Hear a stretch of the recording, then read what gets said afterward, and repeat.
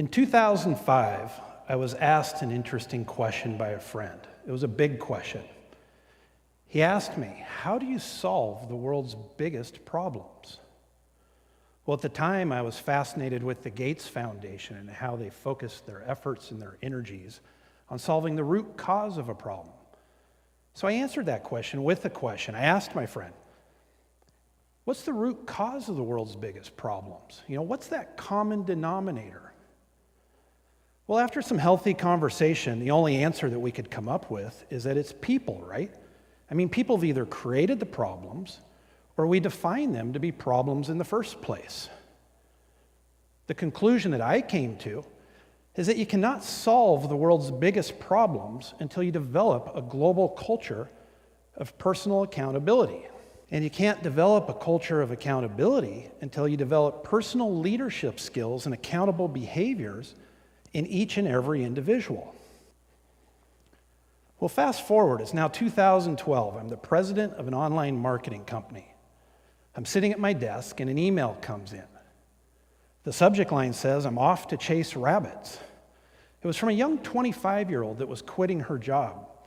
She was bright, smart, creative, energetic. She was the type that you just knew was going to be a good leader someday. But her email was vague, so I replied back and I said, what rabbits are you off to chase? And she responded, said something about going to LA, doing something in the health and fitness world, and then some time went by. Well, about 6 months later, I received a call from her. We caught up for a little bit, and then she said, I think I need help. I think I've got QLC. I said, what's QLC? I've never even heard of this. And she described it as quarter-life crisis and said it was a real thing because I could look it up on the internet. So I did. Evidently, there's this quarter-life crisis thing now, which basically means you get to your mid-20s and you start questioning who you are, what you're doing, why you're doing what you're doing, what do you want to do in the future, what do you want your world to look like? Well, I'd seen this thousands of times. I just didn't know that it had a name. I didn't know it was called QLC. I also know that it's not just people in their mid-20s that experience this. I've seen people at all different ages and walks of life experience these thoughts at different times in their life. This young lady was at a transformative moment in her life, and she was kind of spiraling. So I asked her if she'd be interested in going through a process and some exercises that might help her to manage this time in her life and help her to create her world. She was game, so the very first thing she did was she pulled out a piece of paper. She wrote down all those things that she was worried about. All those concerns, anxieties, those fears, that were keeping her up at night. When she was done with that, she read the list once, crumpled it up, and then threw it away. Well, the next thing she did was she reached out to her network of people that she trusted to be honest with her, and she asked them to describe to her what they thought her unique strengths were, kind of those strengths above all others. This did two things for her. One, it filled her with an immediate confidence boost as this feedback was coming in. The second thing it did was it gave her perspective on the strengths that she had to leverage from that point going forward in her life. The next thing she did was she listed out 20 different bullet points that represented different parts of her life and what she wanted her world to look like in 10 years when she'd be about 35 years old. For each of those, she identified the fears that she was going to need to manage, who she could enroll to help her. She identified goals to measure her progress and performance, and she set immediate next steps that she could focus on that were in alignment with this world that she wanted to create for herself. Essentially, she built herself a roadmap. She built herself a plan, and then she went to work. Well, in less than 2 years, she had accomplished 18 of these 20 bullet points. These were things that she thought were going to take her 10 years. She doubled her income, bought a house, landed a dream job, started traveling. That was 90% that she achieved. The difference was that she was now moving through life with intention, making choices and decisions that were now in alignment with the type of world that she wanted to create for herself. She said, "I'd never done this before. This literally helped me to create my world. I wish I would have learned how to do this in school." Well, the challenge is the process and the exercises and what she was going through isn't currently taught in education or in business consistently, but it needs to be. Here's why. Today, we live in this world where information flows and our lives are impacted at a far greater pace than any point in the history of this world. Our visibility to what's going on around the world's never been more transparent, while our feelings, our thoughts, and our emotions, they've never been more tested. The speed at which information is coming at us is off the charts. The amount of conflicting messages coming at us is also off the charts. Plus, we've got this generation gap going on. This is the only point in history where parents and grandparents literally did not grow up in the same world that the coming generation is inheriting. If you're a young adult today, how do you define success? You've got grandparents still sharing their definition of success. You've got parents sharing their definition of success. And you've got teachers and mentors and coaches and friends, politicians, big business, religions, governments, all sharing with you different definitions of success. If you're 15, 18, 20, 25 today, or even 45, 55 today, how do you define personal success? That's the question that millions of people are asking themselves right now. The bar and the perception of what success supposedly looks like is getting set at a height that is feeling nearly impossible to reach. Well, on top of all of this, what we've learned in this last year, probably more than ever, is that transformative type moments and unexpected events are a part of life. A transformative moment it's a big event that we think is going to impact us forever going forward. The coronavirus is an example of a transformative moment that's impacted this entire world. But in our personal lives, we experience transformative type moments all the time. It could be as simple as a first kiss, moving to a new city, graduating school, getting hired, getting fired, getting married, getting divorced, having kids, an illness, an injury, the death of a loved one. Well, the challenge is that when transformative moments happen, people generally go down one of two paths.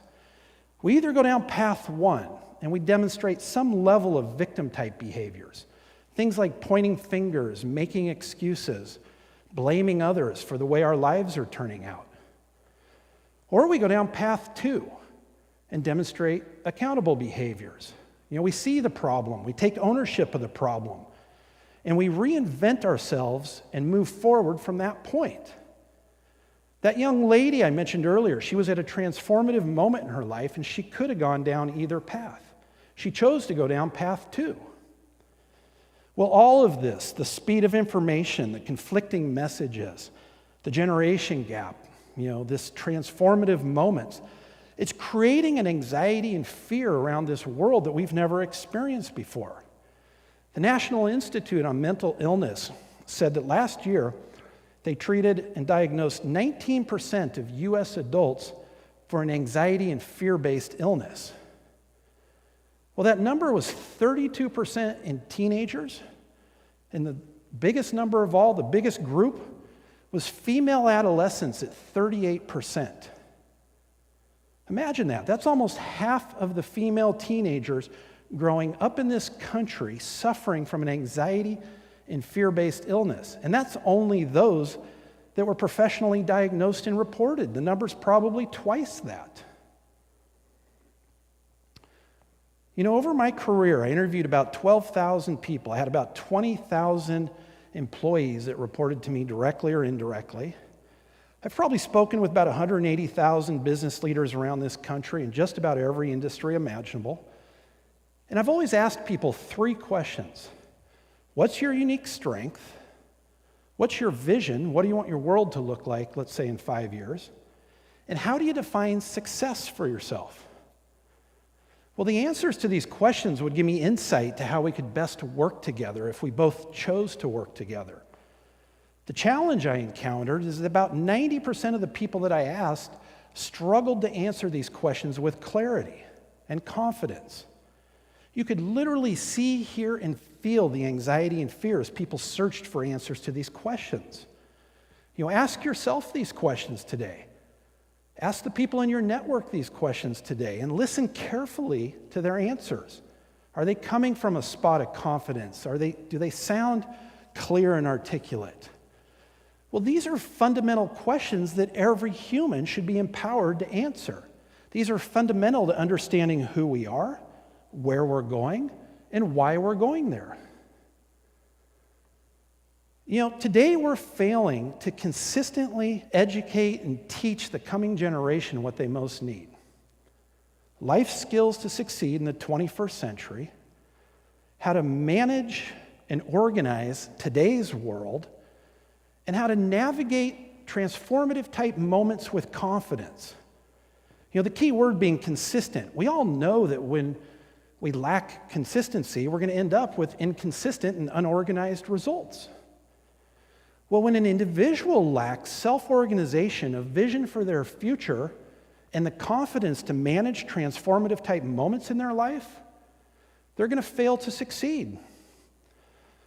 The National Institute on Mental Illness estimates that fear and anxiety-based illnesses and depression are costing the global economy over $1 trillion each year in lost productivity. We're failing to teach people how to play today's game of life. Well, let's start with, what do we all have in common? Right? As humans, we're all playing the same game, the game of life. We're born at 0. We might live to be 10, 20, 40, 60, 80, maybe even 100. Nobody knows for sure. And no two people are the same, not even twins. Right? We've all had unique experiences, influences, and moments in our life that are unique to us. Those unique events and moments and experiences, they lead us to how we think, what we believe, and ultimately who we are. But what does every game have in common? Every game includes ups and downs, trials and tribulations, challenging moments, rules and regulations or guidelines, lessons to learn. Every game includes transformative type moments that we must learn how to navigate in order to get to our next step in the game. It's what we learn in these moments that's what transforms us.